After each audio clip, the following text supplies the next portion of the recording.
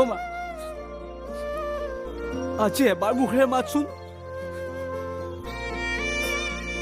মই জানো দেউতা বেমাৰত পৰাৰ পিছৰ পৰাই ধৰি তই মোক পঢ়াবলৈ, দেউতাৰ দৰৱ পাতি খৰচ কৰিবলৈ আৰু ঘৰখনৰ কাৰণে বহুত কষ্ট কৰিছ।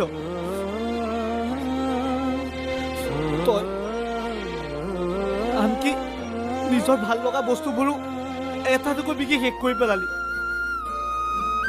কিন্তু চা, আজি মই কষ্টৰ ধনেৰে তোৰ বস্তুটো ঘূৰাই আনিছো। মনে মনে কিয় আছ? মাত নাই এবাৰ মুখেৰে। অ' মা, মাত আকৌ মুখেৰে। অ' মা।